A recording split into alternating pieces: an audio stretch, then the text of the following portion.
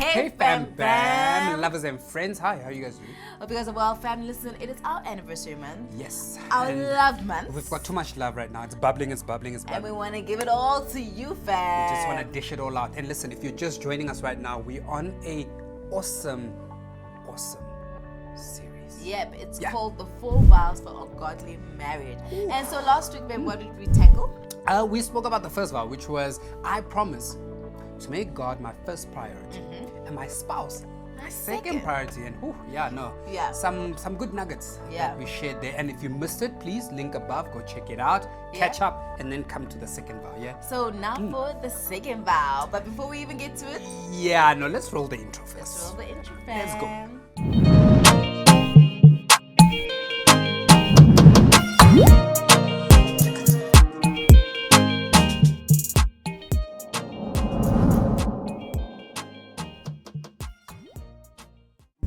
Rego. Yes, my love. This one is how can I say? It's one that I mastered. I think I've mastered this one with you. How do you know that you've mastered this because one? It's the typical man's duty to do this one. This one, I think it speaks more to the husband, to the male figure, you know.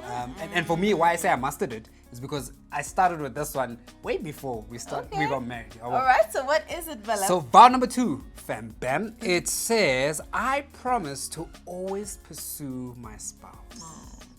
And I believe I've pursued this woman all my life. And I have. I will not lie. You have pursued me. Since day one. Exactly. Day one. In fact, I want to quickly, guys, if you've heard the story before, just pretend like you haven't heard it and just roll with it. Now, if you haven't, well, here's news to you. Well, it's also news it's to me. Not. It's you know how it is. You know what I'm about to say. But anyway, I pursued this beautiful, gorgeous wife of mine back in high school. Now, listen, I don't want to go over the minor details and there's just a lot. There's too many minor details. Exactly. However, I pursued her at a point where she wasn't looking for love, obviously. I was searching for a soulmate, or at least I thought I wanted a soulmate. Hey, baby, now. So early. Hey, honing bang heard that. I know these girls have heard that. So I thought, you know what? It's time that I just found one good girl when I was still in high school. But then I guess Recho wasn't ready. Did you think that you were a bit too young for that? No, I didn't. Maybe because I had so many girlfriends and I had it. I've been in the game I thought I was in the game for too long. Let me just stop this thing and just get one that I will run this race with.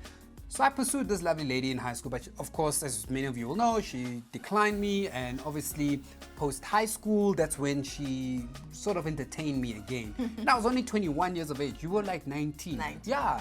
And I pursued her, and the ways that I did it, typical man, you know, I made sure that I, complimented her as often as I could, because I mean, guys, honestly speaking, man, the way Recho's so gorgeous, it's hard to just tell her. I'm even so tired of smiling the way I'm gorgeous, man. You know. Thank you, so those were some of the things I did with my girlfriend then. Complimenting her that she's gorgeous, taking her out on dates. She remembers. We went to McDonald's and we did movie nights, and remember, I was still young, so when you hear McDonald's, don't shoot me, fam. Like, geez, budget. It was a very cheap date. It was a cheap date, but it was a date nonetheless. It was a date, you know, like a procedure. Exactly. I came with my dad's old car, so I did the thing. So I pursued her and wanted to impress her, obviously, as a man, trying to be a gentleman. At least I think I was. And and I had to swoon her, giving her compliments, like I said, and taking you out and purchasing gifts for her. I don't know how many teddy bears I bought for my wife. Listen, to the point where she was like, I guess I did. Like, fam, firstly, I was not the girl who liked teddy bears. So I didn't understand why this guy keeps buying me teddy bears. I didn't ask for them. I don't want them. I was watching. Why are you getting me teddy bears? Because I watch chick flick movies and these rom-coms. So I saw the men always bought flowers and teddy bears. Flowers, so I gave flowers, I agree. Chocolates, I agree. Teddies, I was like, Mara, why? Yeah. I'm not a teddy person. But I tried. At least I tried. You did try. So those were some of the. I remember the little doggy. Yeah, the little doggy. See, and that's why I want a real dog, like another dog. All right, should I say?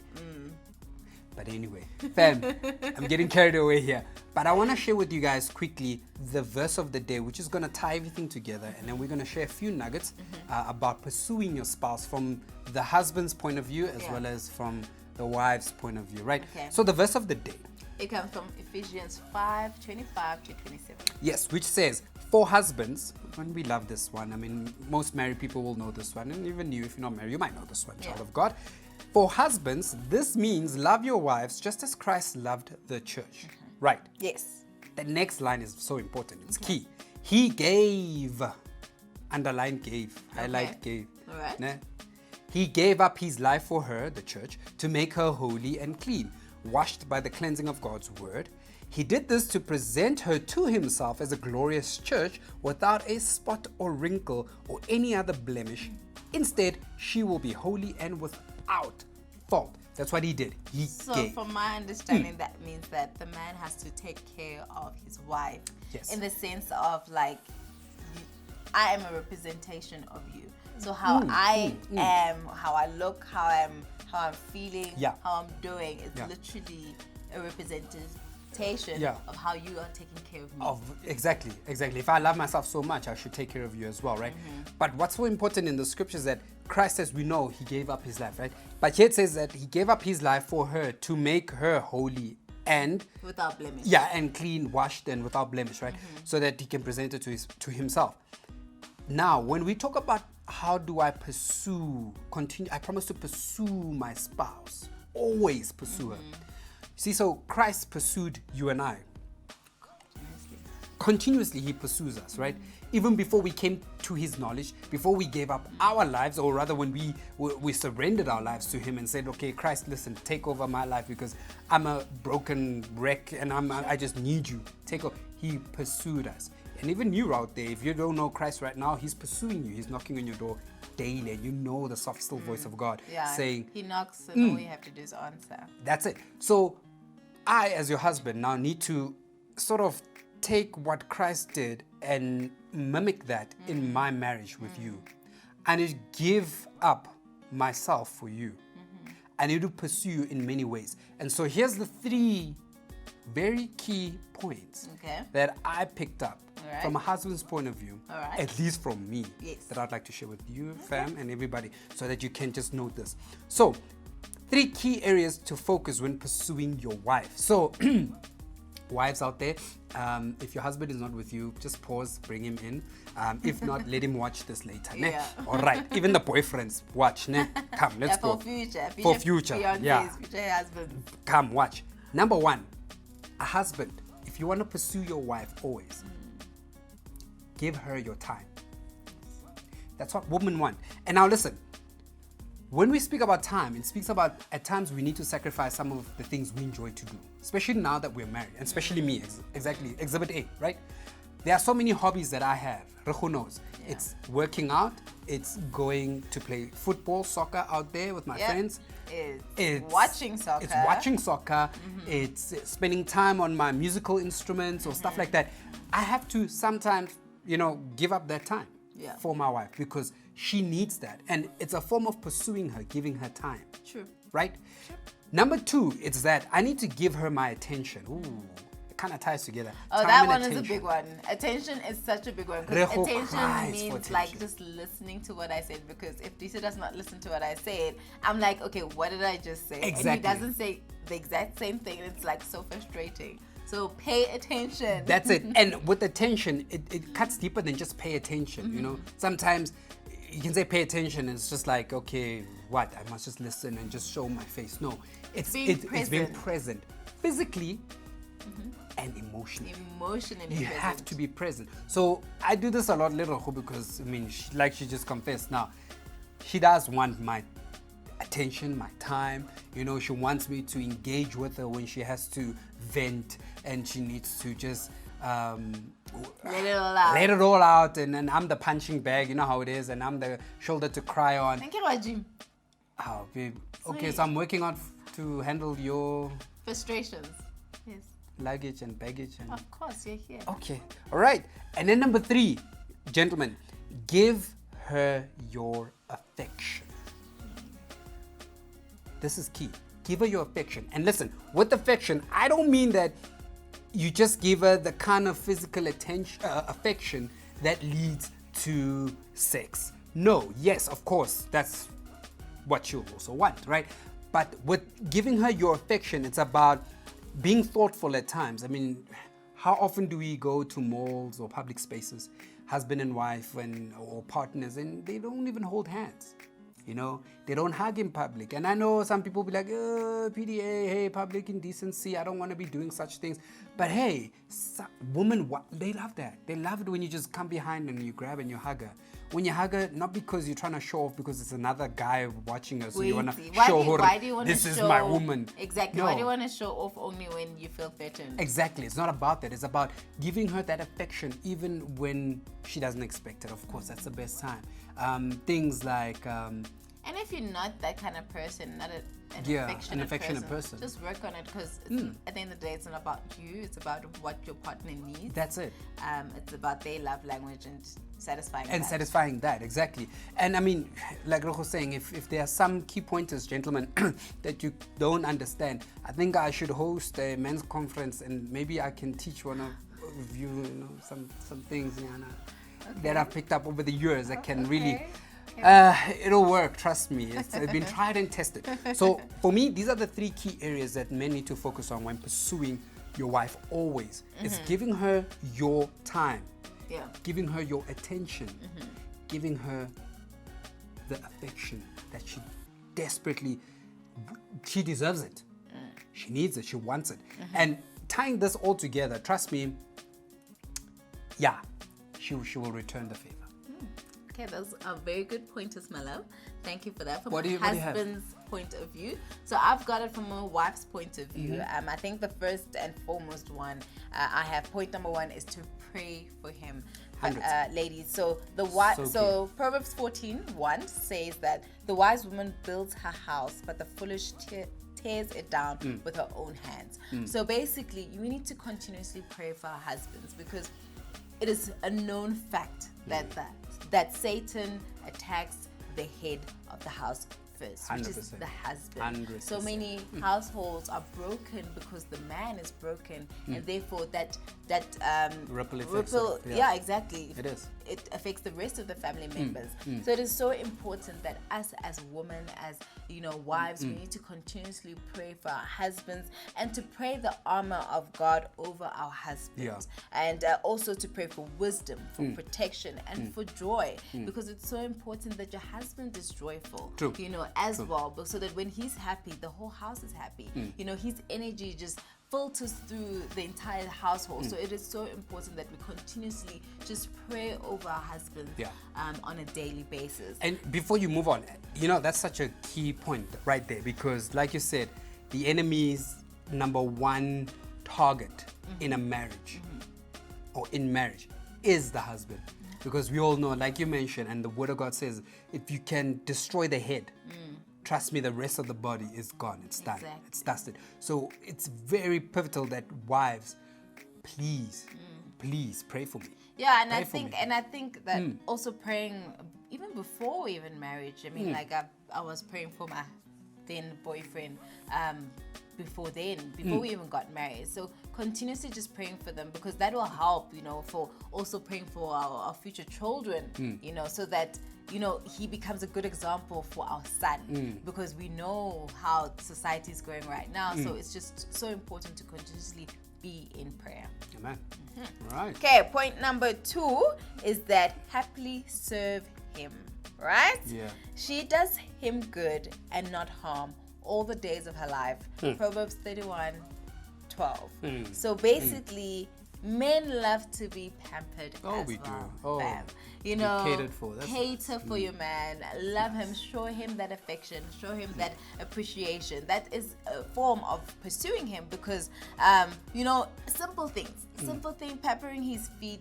One day, like Jesus did. Jesus washing the feet. Do that to your husband. Once in a while.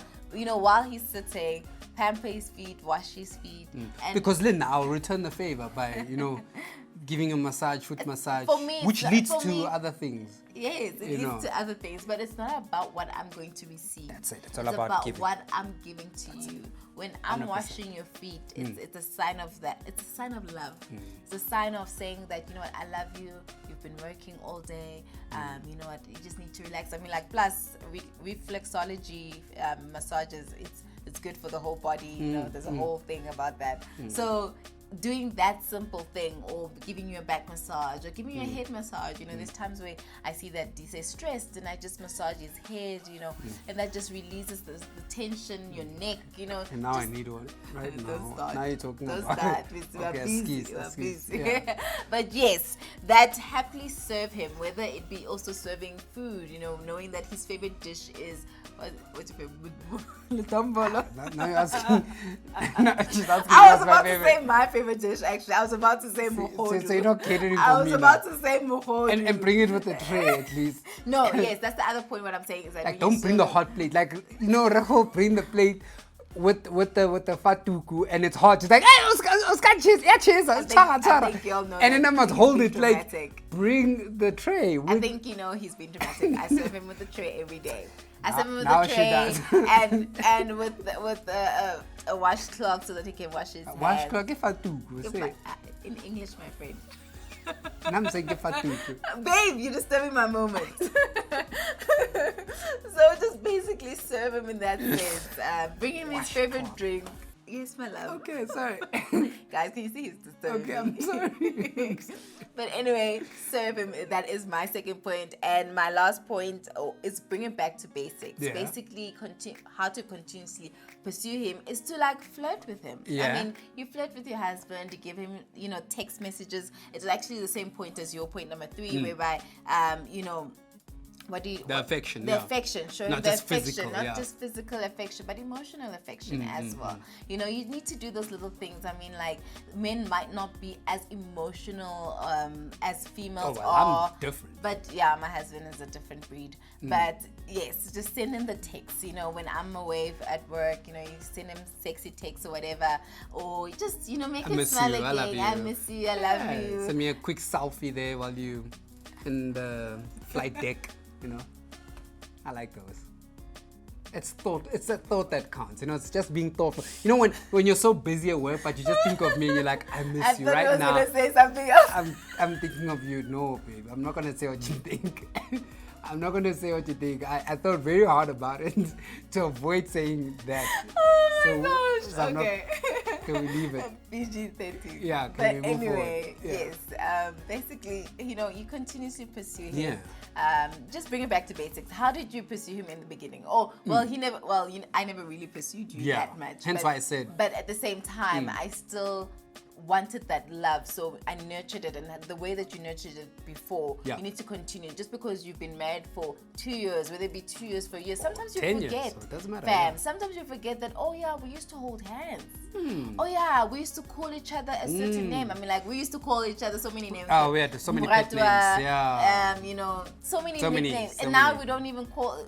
We still call each other that. But imagine you don't call your spouse that name anymore, or you don't buy each other gifts anymore. You know, and you don't pamper each other anymore. You need to go back to 100% basics. And I just wanted to throw this last one in, as well as how you looked before marriage. And I know this is a very touchy and sensitive point to make, is that maybe you used to dress up for your boyfriend then, or your wife, or your girlfriend then.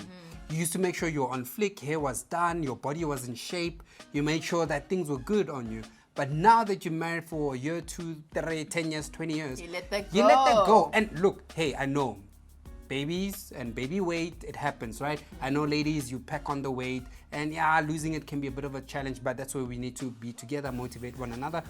But that's also a form of pursuing. If your husband loved you, or your boyfriend loved you when you were snatched, and like, get that body back, you know, not just for yourself and be like, oh, it's just for me, I'm happy in my own skin. But if you're both happy with where you are then it's fine. I mean, it cancels out everything. But if you can see that he's no longer as attracted to you anymore because he's looking at beach models now, and now we're now solely balloon, he like try to deflate yourself.